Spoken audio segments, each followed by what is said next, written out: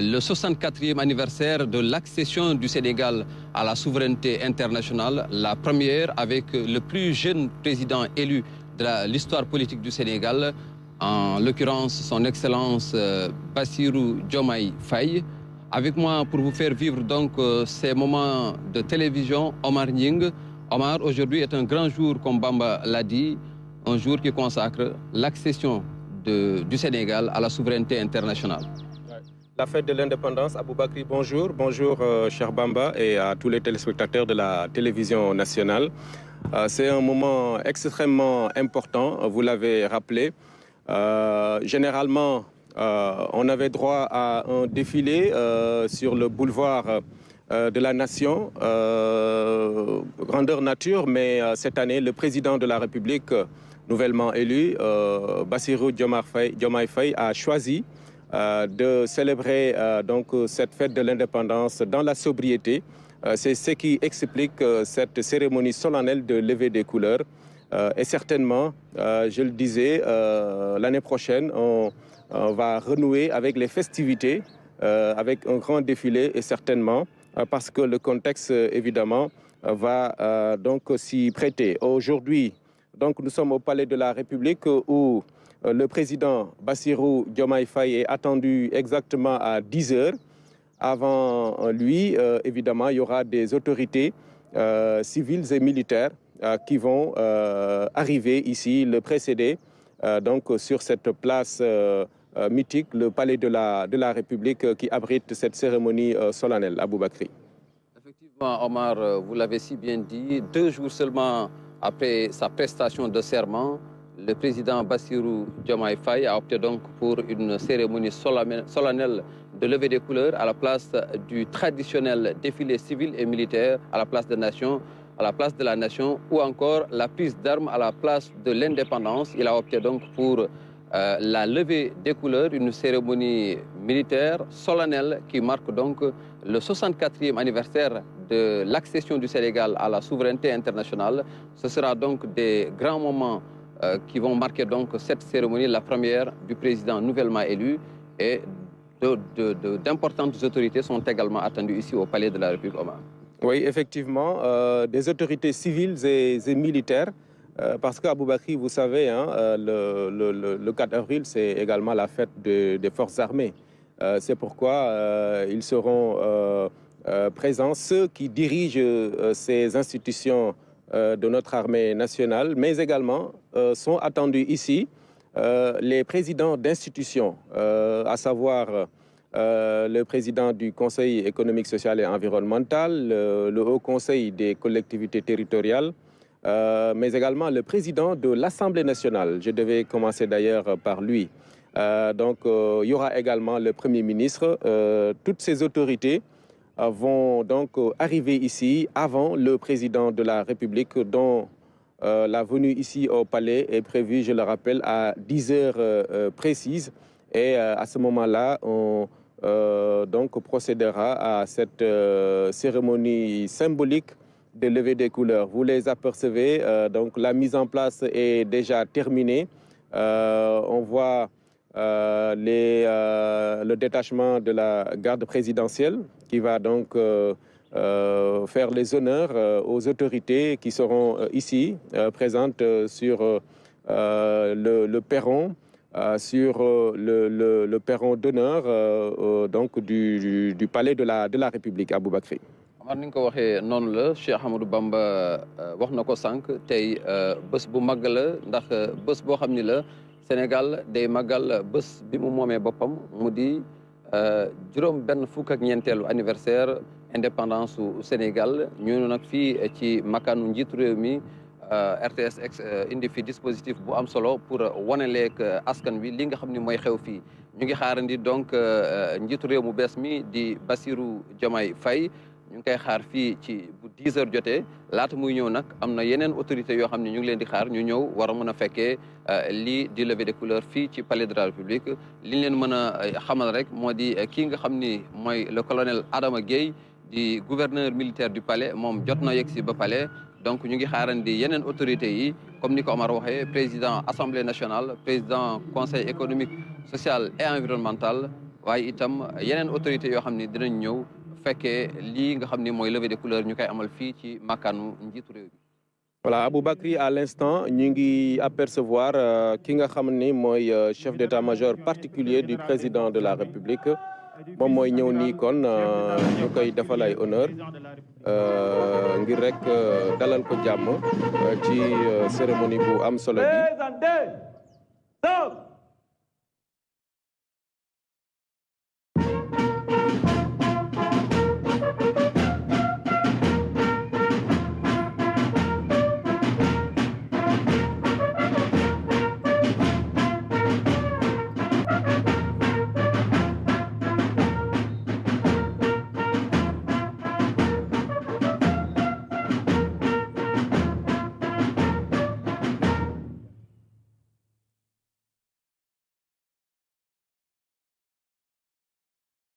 L'arrivée du chef d'état-major général particulier du chef de l'État.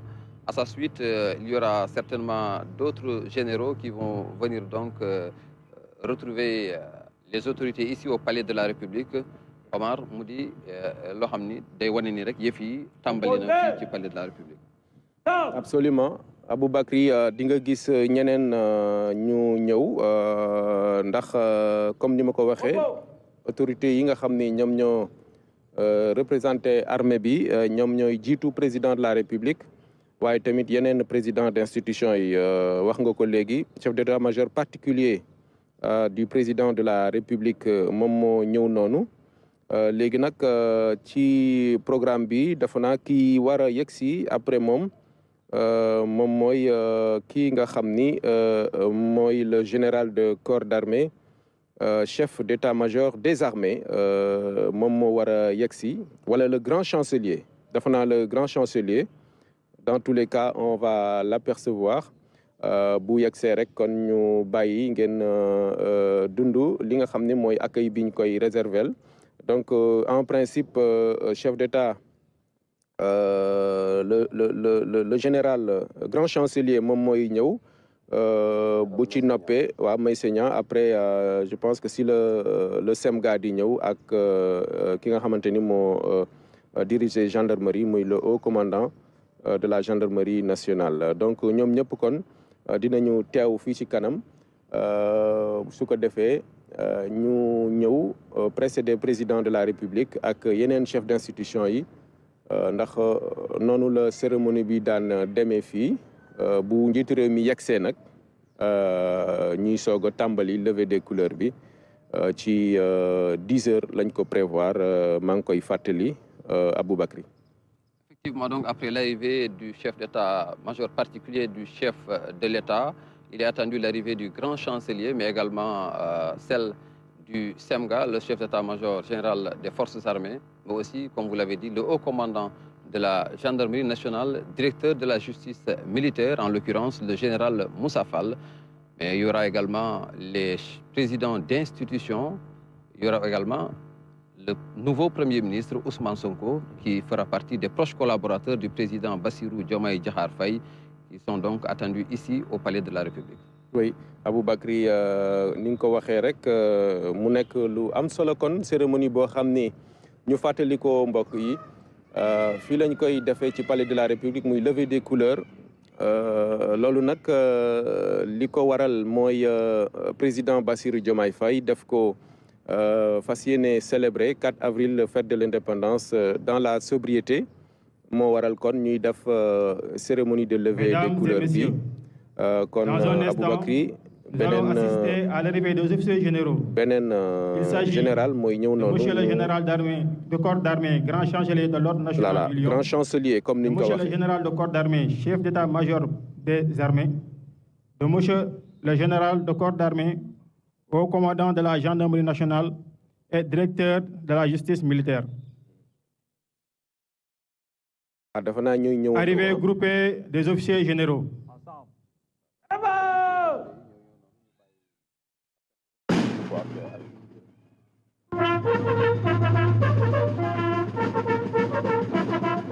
Présentez. Stop.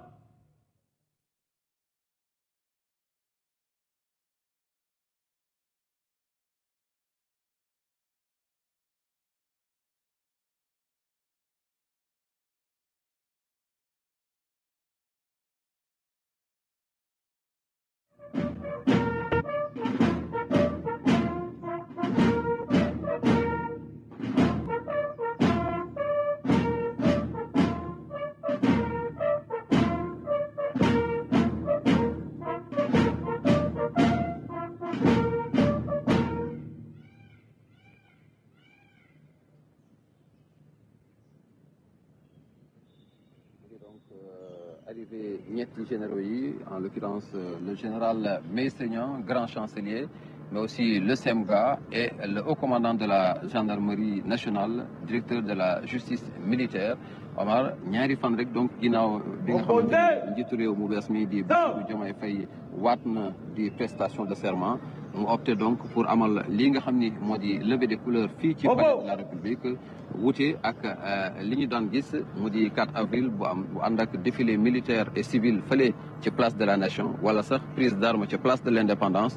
moom nag ñaari fan ginnaaw bi mu toogee rek mu opté donc pour amal fii ci makkaanu njiitu réew mi li nga xam ni mooy levée des couleurs ngir màggal donc li nga xam ni mooy 64e anniversaire indépendance suñu réew di Sénégal. voilà juróom benn fukki yoon ak ñeent muy 64e anniversaire de l'indépendance du Sénégal gannaaw nag ba officiers généraux yooyu ñëwee maanaam SEMGA au commandant de la gendarmerie ak ki nga xamante ni moom moo di chancelier le général Niang dañu opté donc gis nga Aboubacry pour des arrivées groupées donc ci loolu sax mën naa wax ni ñii ñuy xaar après officiers généraux yooyu mooy ñaari ministre yi nga xamante ni ñoo tënk wala boog ñoo jiite kaaraange réew mi muy le ministre des forces armées ak le ministre de l'intérieur. donc ñoom ñaar ñooy ñëwandoo suñu sukkandikoo ci programme bi dañ leen di boole ñoom ñaar ñu ànd ñëw donc ni ñu ko gisee ci officiers généraux yi nga xamante ni ñoom ñoo leen jiitu en tout cas mu nekk ñaari ministre Mokhtar Cissé Mouhamadou Mokhtar Cissé ak ki nga xamante ni mooy Oumar Youm en principe normalement ñoom ñooy ànd ñëw fii ci palais de la République Aboubacry. Effectivement, après donc l'arrivée des généraux, il est attendu, comme vous l'avez dit, celle du ministre de l'Intérieur, Mouhamadou Mokhtar Cissé, en compagnie du ministre des Forces armées, Maître Oumar Youm, qui ne vont pas tarder donc à faire leur entrée ici au palais de la République. Et après eux, on aura également l'arrivée des présidents d'institutions. Voilà, voilà. Dans un instant, nous allons assister à l'arrivée groupée de monsieur le ministre. Il s'agit de monsieur le ministre, directeur du cabinet du président de la République, et de monsieur le ministre, secrétaire général de la présidence. Arrivée groupée de monsieur le ministre.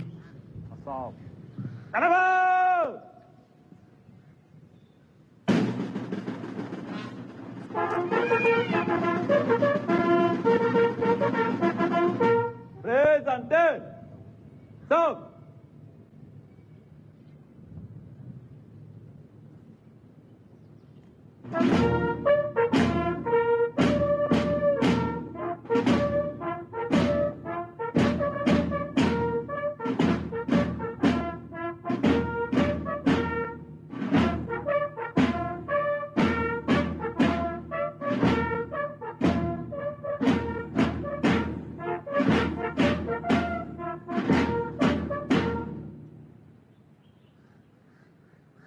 Donc ministre de l'Intérieur Mouhamadou Mokhtar Cissé mi dénk biir réew mi mu ñëw nag ànd ak Omar ñaari collaborateurs yu yees yi nga xam ni bokk na ci ñi ñi njëkk tabb ci régime son excellence Bassirou Diomaye Faye mu di Mary Teuw Niane directeur de cabinet du président de la République, mais également Oumar Samba Ba secrétaire général de la présidence de la République.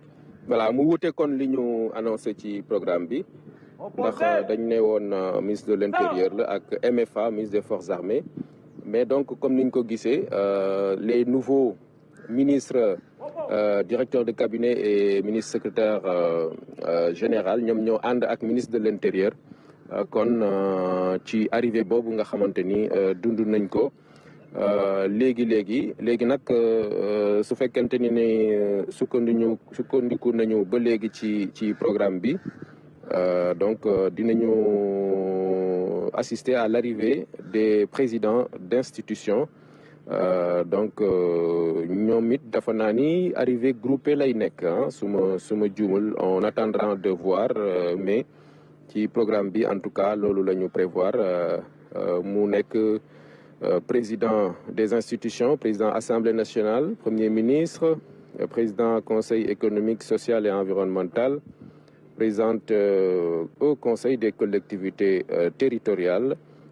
En principe ñoom ñoo ci war a topp bu ñu yegsee nag ñoom si la njiitu réew mi président Bassirou Diomaye Faye di yegsi 10 heures en principe ngir rek ñu tàmbali cérémonie bi.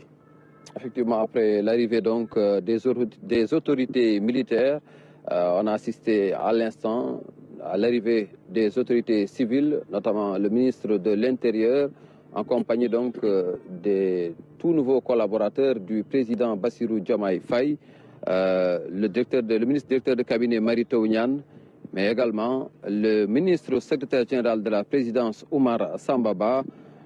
Il s'en suivra donc l'arrivée des présidents d'institutions, comme vous l'avez annoncé.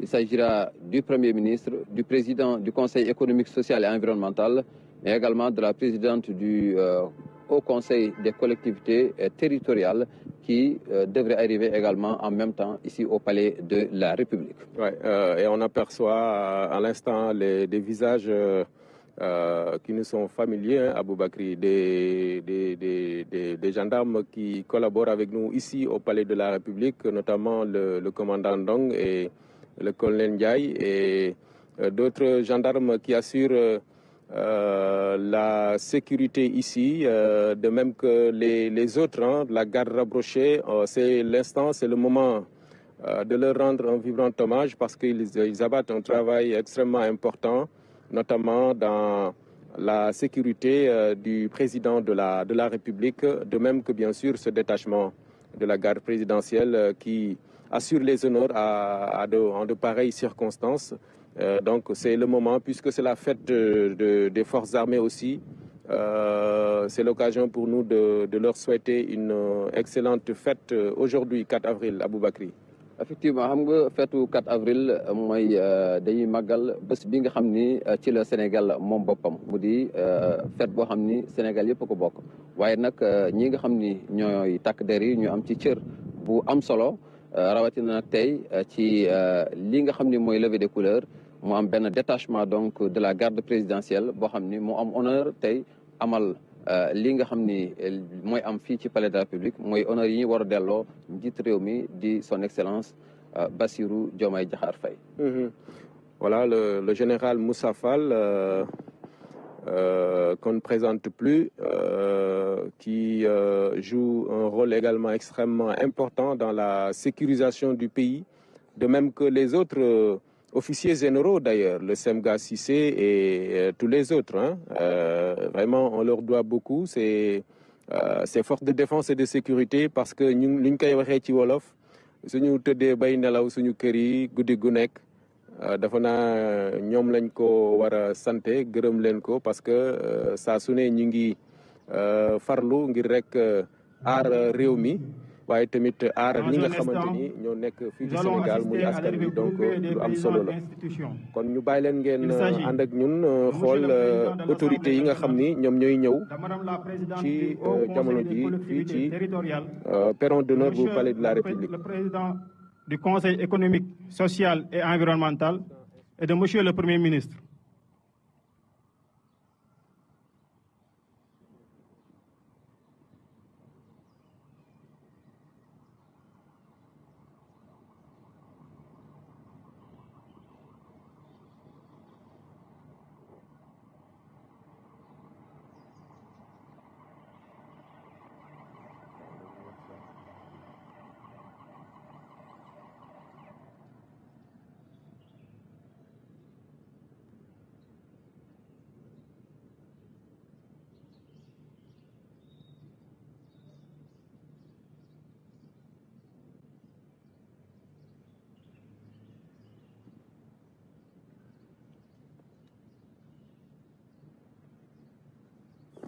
ki nga xam ni mooy maître de cérémonie bi mu ngi doon donc annoncé arrivée premier ministre mu war a ànd ak présidente conseil au conseil des collectivités territoriales ak ki nga xam ni mooy président conseil économique social et environnemental.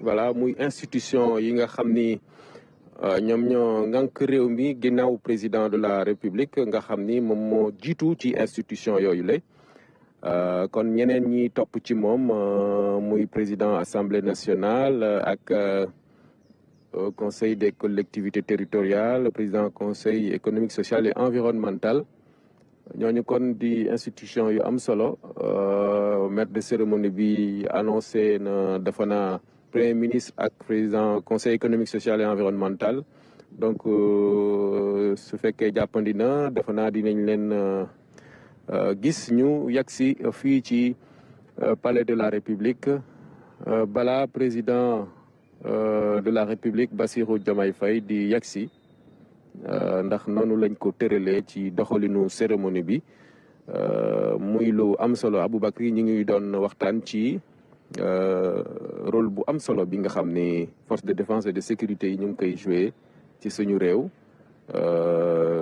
muy loo xam ni baax na ñu koy fàttali waaye tamit di leen ci sant di leen gërëm ci seen taxawaay.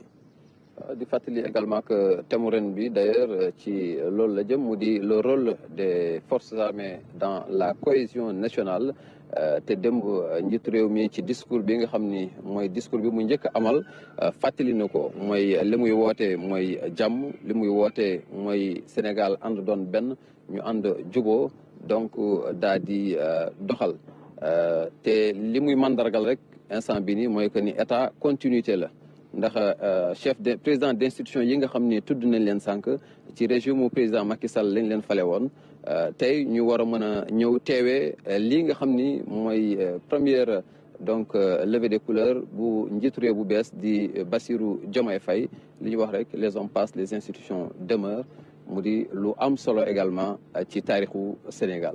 waaw noonu la état tëddee ba tax kon loolu sax moo waral gis nga gis teewaayu. Mesdames et messieurs, arrivée des présidents d'institutions.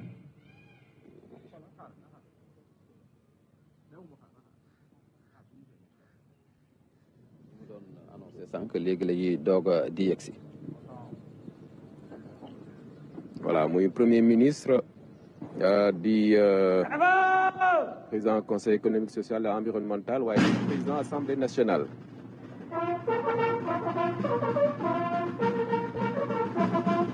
Présentez. Stop.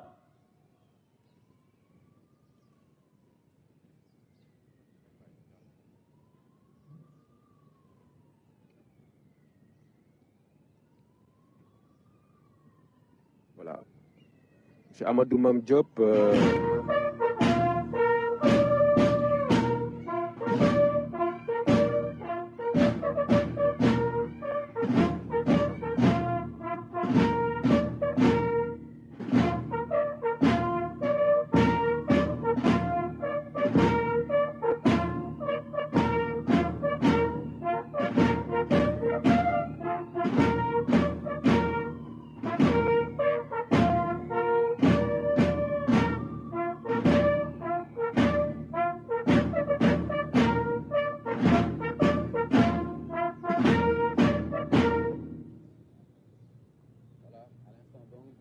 Sur fond de la musique des forces armées, vous vivez avec nous l'arrivée du tout nouveau Premier ministre, en l'occurrence Ousmane Sonko, accompagné du président de l'Assemblée nationale Amadou Mame Diop, mais également du président du Conseil économique, social et environnemental Abdoulaye Daouda Diallo.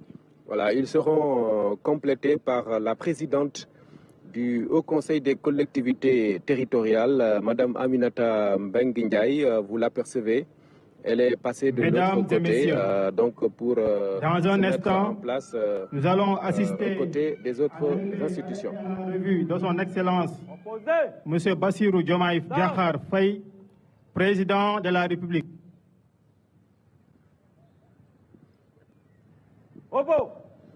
Voilà, donc le maître de cérémonie qui vient d'annoncer l'arrivée imminente du président de la République, Bassirou Diomaye Diakhar Faye, qui, dans quelques instants, donc, va arriver ici au Palais de la République et ça va marquer donc le début de la cérémonie solennelle de levée des couleurs ici au Palais de la République. Voilà, c'est dans quelques poignées de secondes, on va dire, parce qu'il est 10h moins 2. Dans 2 minutes plus précisément, vous allez apercevoir le président de la République, son Excellence Bassirou Diomaye Diakhar Faye, ici, qui va rejoindre l'assistance, la mise en place déjà prête pour assister, diriger, lui le président, cette cérémonie de levée des couleurs symbolique de la célébration de la fête de l'indépendance de notre pays, 64e du genre Aboubakri. Effectivement, le président de la République va donc à son arrivée passer en revue le détachement de la garde présidentielle avant donc d'assister à la levée des couleurs jusqu'au Mans. Et ensuite, il viendra donc saluer les autorités présentes ici au Palais de la République pour assister à cette cérémonie solennelle de levée des couleurs. Voilà, léegi rek kon ngeen gis président Bassirou Diomaye Faye yegsi na fii ci Palais de la République di ngeen gis maître de cérémonie bi annoncé ko léegi ndax 10h pile la waroon dugg si fii 10h nag daanaka moins 1 minute. léegi rek ngeen gis ko mu yegsi kon jaar ci tapis rouge bi ñu rendre ko les honneurs. Voilà, ñu bàyyi ak maître de cérémonie. Et revue de son excellence monsieur Bassirou Diomaye Diakhar Faye, président de la République.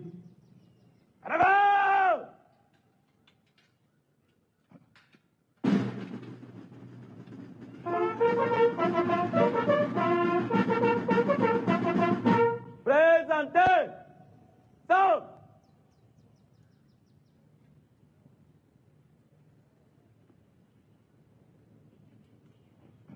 Voilà, le chef de l'État habillé en tenue traditionnelle, une tenue assez symbolique parce que c'est la fête de l'indépendance. lii day firndeel rek ni moom li mu doon wax démb lu mu gëm la moo di nañu fexe ba wane ni moom la suñu bopp.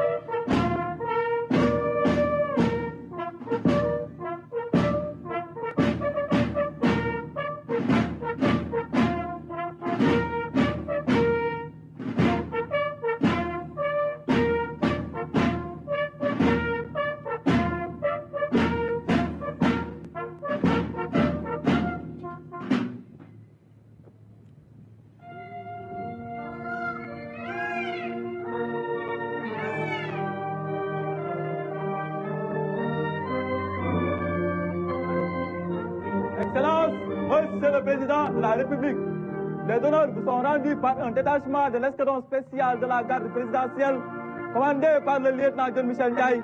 À vos ordres, Monsieur le Président de la République.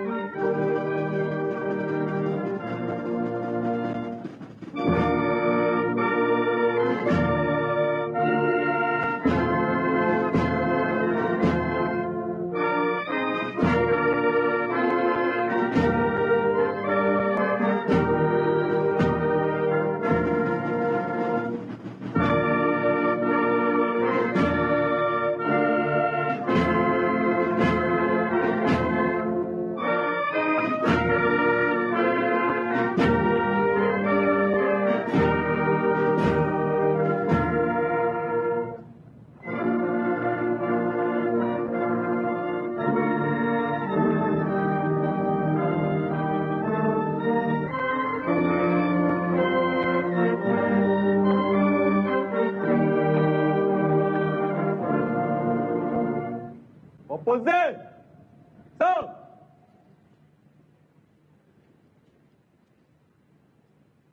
Oppo. Canada. Moment bu solennel yëkkati drapeau.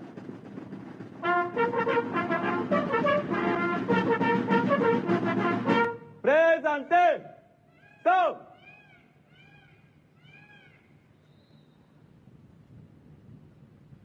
Attention pour les couleurs. Envoyez.